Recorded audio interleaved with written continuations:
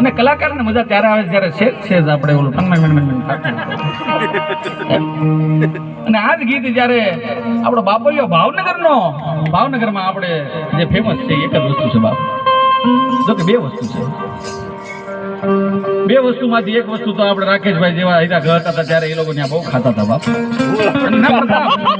એના પ્રતાપ અહીંયા સુધી પહોંચ્યા છે. એ જે લચ્છુભાઈના ગાંઠિયા બહુ ફેમસ છે ઘોઘા સર.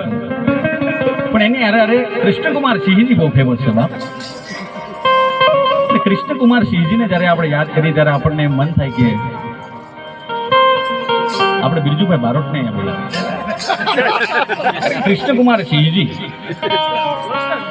મને છલક દેખાય છે બિરજુભાઈ બારોટના ચહેરા ઉપર કૃષ્ણકુમાર સિંહજીની.